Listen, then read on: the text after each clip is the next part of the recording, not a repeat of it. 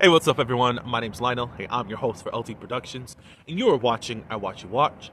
We are covering Love and Marriage Huntsville. This is season 8 or 9, episode 4, according to OWN.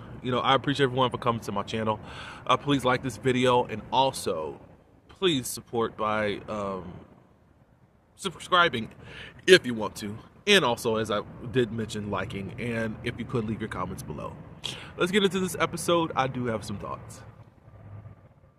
Okay, so we are technically starting the new season, or the mid-season. If you can tell, that there's been a break in this whole situation. So I did ask Mr. CarlosKing, was this like technically last week the season finale before the break? And he said yes. So this is, I think, after sometime in the spring, around April, when they began filming again. We start off the episode with Nell coming over to Mel's home. Nell still wanted to talk to Mel about how she felt about how she was treated on the trip. And she was upset about her name not being there, placed on any beds or whatever. We can look at it as, it's just a name. Why are you so upset? You still got a bed, you still were treated nice and all that good stuff.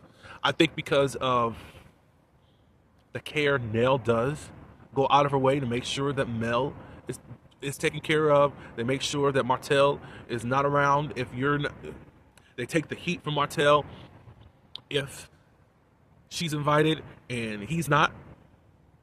They do a lot for you, Mel. And I think she thought, okay, it felt like it was a slight. You said it wasn't, and it's cool, but you just washed that off. So then on the flip side, you had some discrepancies, Mel, in regards to an interview that Nell and Chris did. Of course, she didn't mention that she had been mentors for you and Martell in your marriage. And in the midst of it, she said that you and Martell are the same as far as stubborn and other things. And she said the war between Halt and Miss Melody Cherie is draining. It's draining to the audience. So we're gonna get into you in just a second. It was draining because I was about to go off and blast off. And Mel said, "So you're my mentor?" I said, "Oh, you're my mentor." Then she gets in a confessional and says what she thinks a mentor is. A mentor is someone that's mentoring me through business.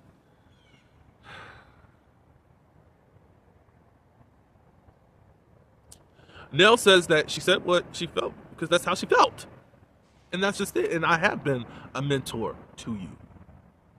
So Mel tried to sun Nell by saying, look, I got God, I got my mama, and a therapist. Basically, I don't need you, and who are you? I said, oh my God. And then she made Nell apologize to her. Because Nell was like, if I made you feel away, now I don't like the whole if mess. If you're going to apologize, apologize. But you made Nell apologize to you and what she said and made her this pact to just saying not to say anything about you. I don't think that that's right. She is a cast member and she's giving her points of view as how she feels. She actually knows y'all on a more personal basis. But she was like, draining? What do you mean draining? I don't come to you about anything. Again, even as a viewer, we are drained.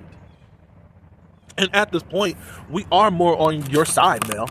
So it's quite dumb at how you act and say and what people can't do and can't have their own feelings and act like they're not in your corner because it's not putting you up as the Madonna or the Mary Mother of Jesus. They know y'all. You know how Nell is opinionated. This ain't brand new information. I think it was quite arrogant. I think it was quite vindictive. I think it was very disgusting at how you laughed in her face as if she was not a mentor to you. She says that Nell was an ear to hear. So she was just venting to you. She had nothing to say in response to you. That's what you said, Miss Holier Than Thou. I'm smarter than everyone in the room. That's what you are saying. Why did you need them? Because you got God, you got Miss Van, because she's wiser than anybody, but she messed with a Scott and don't want to admit to it. And your therapist. The arrogance. The pride. I'm sorry, I don't know. You always talk about this fasting and this praying stuff that you are. If this amount of flesh is still on you, and then you want to ride on religion, and then you want to ride off of your Scorpio. You want to ride off of those two things. When you want to act a fool, you're a Scorpio. When you want to be judgmental and think that you're above everything, you put on that spiritual. It's like you are a perfect example of what people don't like about church people.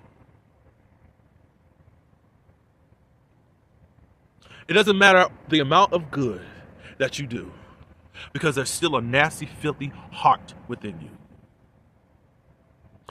I didn't come into this season wanting to just come and tag you all the time.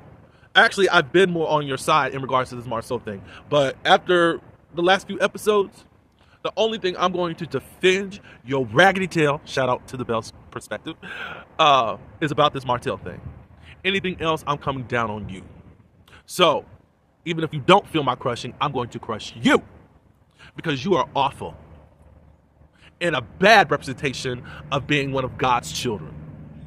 And stop having so much arrogancy in being a Scorpio. Because what you did, you stung Nell. And you wanted to dominate over Nell, and you got it. You got it out of her. I was surprised that Nell didn't buck up against you. She's able to buck up against Martell, but you, she didn't. And we learned later on in the episode, okay, she had to really reflect. Nell had to reflect and say, wait a minute now. So hopefully, it looked like she may rise up against you during the season. And of course, all of her fans are going to attack you. They've been attacking you since the beginning of the season when it first came out in May. All because of your opinion. And she wasn't totally saying something was like Martell was innocent. She did generalize about a black man going to jail. She didn't know all the specifics, but then people refused to hear what she said when she was talking with Stormy. Look, I don't know what happened there. There must have been some type of reason she did it. She was upset initially seeing a black man go in. But then she did say that. But for some reason, everybody has twisted and manipulated for Queen Goddess Mel Cherie Rogers. I don't like you. Like, you've been cool, but you still are the nasty woman that you've been since season 1. And I will speak up for you when you're right. I will be fair, but you're still that nasty woman. And I've been talking for 11 minutes because I don't like what you did to Nell. I don't like what you did to Nell. What's next? We talk Destiny and Martell, they meet. Look at a park bench. Ironically, Martell and Mel are in a custody battle, and he says that the children are with his mom. He has the children this week. He needed a break. You see your children every other week, and you need a break, and you're fighting for full custody.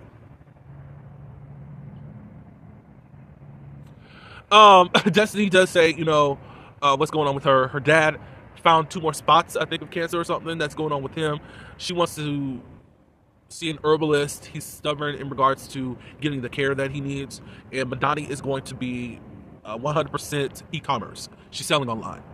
I guess she has she just signed a lease for her production area so she can mail out all of her products. So congratulations to Madani. Then they get in on the trip. They talk about Trish and all that good stuff. Martell was a little bit... He thought that Trish would go along with him and acting like they didn't know each other. That right there makes y'all so suspect, because it's like, you say it was nothing, but now you want to act like you didn't meet at all. That's suspect there. You wanted her to play along, but since she didn't, it kind of just opened up a can of worms.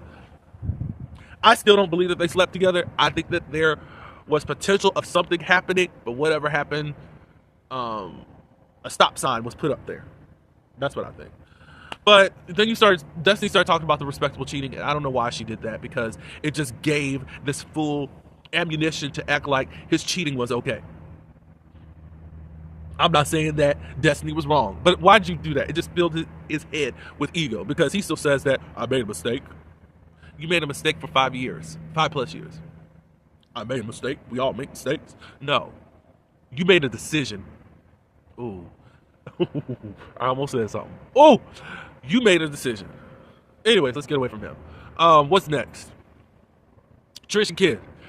Trish, I believe she's opening up, whether y'all like her or not, but she's not so closed-mouthed, and we can actually hear her talk. She's not nervous like she was before, and I knew that she was not signed on to this cast unless she did open up, and she has.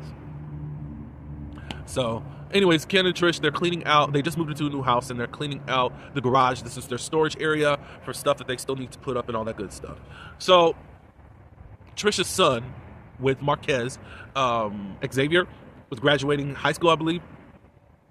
Trisha was talking about that there's going to be another party because it looks like the other children are elevating. Her other child, I think, is going into high school, and Kid's child, who isn't his biological but basically is his child, is graduating also into high school area or junior high school, whatever it is. So she wants to have a party, and Kid asks, "Who are you inviting?" She said that she wants Marquez to come.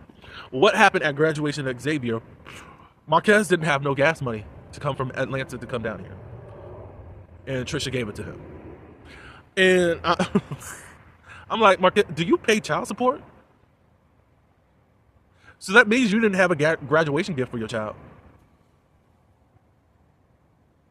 You moved to Atlanta to follow your dreams and your purpose, and you don't have gas money. That says a lot about you, sir. It says a lot, but I just don't know how to believe you. You've been on social media talking about them and stuff, and I'm like, sir, you can't even get your tail down. I think it's like 2 or 3 hours, I think, from Huntsville to Atlanta, or Atlanta to Huntsville. You didn't have enough gas money to get your tail down, and they had to do it. Ken felt some type of way when Marquez said, thanks for being here. I think Ken may have taken it in a negative way, because Ken's like, I'm always here. What are you talking about? But I think he may have just said, still thank you for being here and support. That's what I think, but I don't know what's in Marquez's mind. But he felt like, but Ken, I think you could have just let that one slide, in my opinion. But that's that on them. We move on to Maurice, because I made this video too long talking about Mel. Maurice and Kimmy. What you guys do know at this point is that Maurice was jailed. He got pulled over for alleged DUI. His conversation with Kimmy, I don't even want to go over with, because he's trying to act like he's soft in a way, like, I don't know, that whole conversation. I think Kimmy, if she wanted to really go in on him, she could have. She didn't today in this episode. So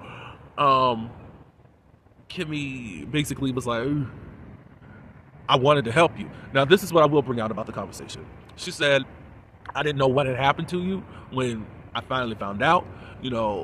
I drove by your place because maybe you had fell asleep. It's like, ooh. So, Kimmy, this isn't your first time having to go look for Maurice. Like, this is the first time. So then, things do be happening at 4 a.m., allegedly, at the credit place.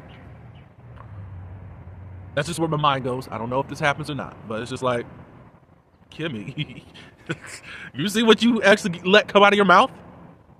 Okay.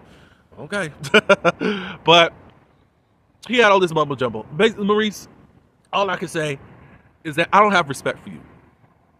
And the reason I don't have respect for you is when you got out, you wanted to have all these videos on IG. Free Maurice, free Maurice. You and your idiot brother and sister-in-law, y'all just have so much arrogance about yourself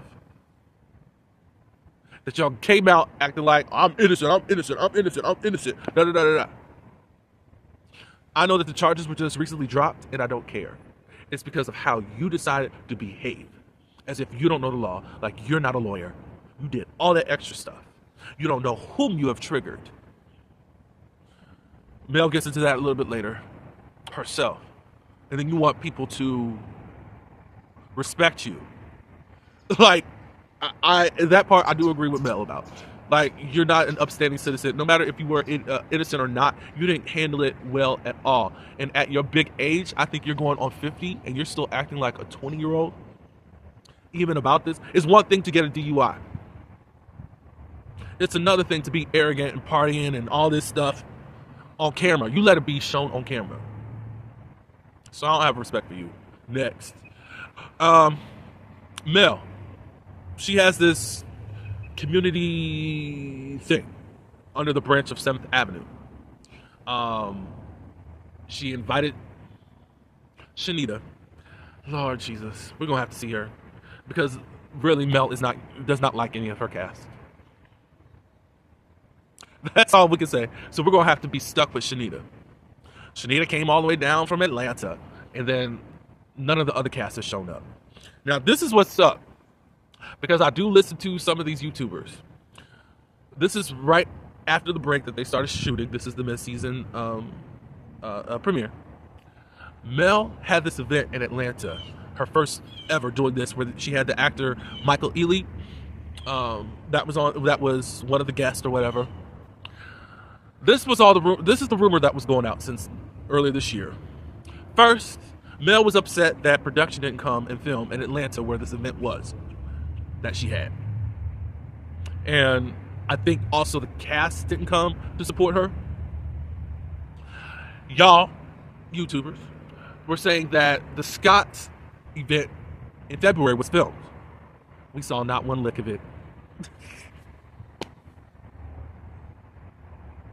And they didn't understand why hers couldn't be filmed. This is her first thing. It should have been filmed. When Mel had her event, it was during Easter weekend. That's spring break. And what company is working during spring break, sir and ma'am?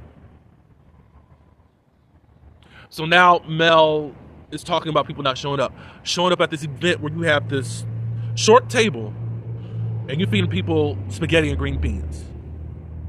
Every little bit helps. I'm trying to understand, is this your first thing here with doing this 7th Avenue Cares thing? Because at least I have not seen your people showing any of that type of stuff.